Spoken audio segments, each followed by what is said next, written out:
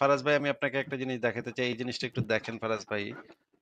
আ এটা এখনো পোস্ট করি নাই। এটা এখনো ইসের ভিতরে আছে। লেখার মানে ইসের ভিতরে আছে।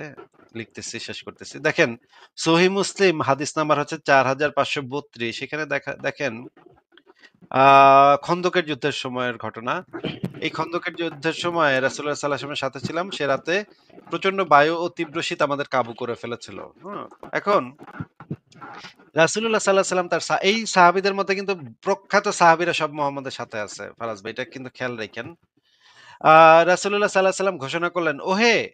এমন কেউ আছে যে কি যে আমার শত্রুর খবর এনে দিবে? আল্লাহ তাআলা তাকে কিয়ামতের দিন আমার সঙ্গে মর্যাদার আসনে বসাবেন। মানে এক্কেবারে আল্লাহর রাসূলের পাশে বসাবে, এক্কেবারে পাশাপাশি চেয়ারে ওই কিয়ামতের দিন। মুহাম্মদ এক্কেবারে বাম্পার অফার দিয়ে দিছে ঐদিন, হ্যাঁ? যে আসো, যে আমারে শত্রুর খবর এনে দিবে তারে আল্লাহ পাক কিয়ামতের দিন আমার পাশে এক্কার বসাবে। আমরা তখন চুপ করে রইলাম এবং আমাদের মধ্যে কেউ তার আহ্বানে সাড়া দেয়নি। তিনি আবার বললেন, মুহাম্মদ আবার বললেন, ওহে! এমন কোন ব্যক্তি আছে কি যে আমার শত্রুপক্ষের খবর এনে দেবে? আল্লাহ তাআলা তাকে কিয়ামতের দিন আমার সঙ্গে রাখবেন। এবারও আমরা চুপ রইলাম আর আমাদের মধ্যে কেউ তার আহ্বানে সাড়া দেয়নি। তিনি আবার ঘোষণা করলেন, ওহে! এমন কেউ আছে কি যে আমাকে শত্রুপক্ষের খবর এনে দিবে?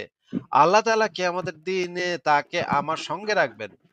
এবারও আমরা চুপ করে রইলাম এবং আমাদের কেউ তার আহ্বানে সাড়া দেয়নি।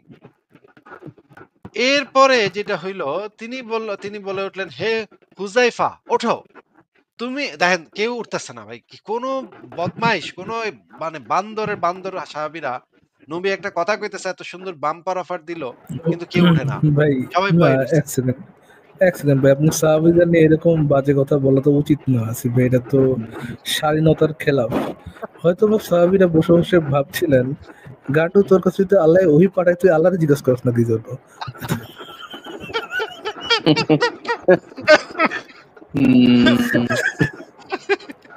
শত্রুপক্ষের খবর তুই জিব্রাইলের থেকে নে বেটা।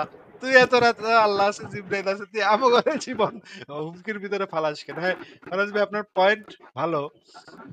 কিন্তু দেখেন হুযায়ফাকে বললেন, ওঠো এবং তুমি শত্রুদের খবরাদি আমাদেরকে এনে দাও। রাসূলুল্লাহ সাল্লাল্লাহু আলাইহি ওয়াসাল্লাম যখন এবার আমার নাম ধরে ডাক দিলেন, তাই ওঠা ছাড়া আমার আর কোনো উপায় ছিল না। দেখেন, বেচারা কিন্তু বেচারা কিন্তু উঠতে চায় নাই ভাই। ফারাজ ভাই, এই হুযায়ফা কিন্তু উঠতে চায় নাই। কিন্তু নাম ধরে ডাকতেছে এখন। এখন কি একটা ভেজালের ভিতরে পড়লাম। এখন তো নাম ধরে ডেকে ফেলাইছে, এখন তো উঠতেই হচ্ছে। এখন হুযায়ফা উঠল। তাইলে ফারাজ ভাই, এখান থেকে আমরা কি বুঝলাম? যে সাহাবীরা কি তাকদীরে বিশ্বাস করতো না? নবী করিম সাল্লাল্লাহু আলাইহি সাল্লামকে বিশ্বাস করতো না? আ এগুলো কি ভাই? তাদের কি জান্নাতের কোনো ছিল না? এগুলো কি ভাই? ভাই, আমার মনে হয় তো বিশ্বাস করতেন, কিন্তু ভাবতেছিল যে যে তোর গান্ডে তোর কাছে আল্লাহ ওহি পাঠায়, তুই আল্লাহ জিজ্ঞাসা না করে আমাকেও জিজ্ঞেস করছ কি জন্য? তুই তো আল্লাহরে জিজ্ঞেস করতে পারস।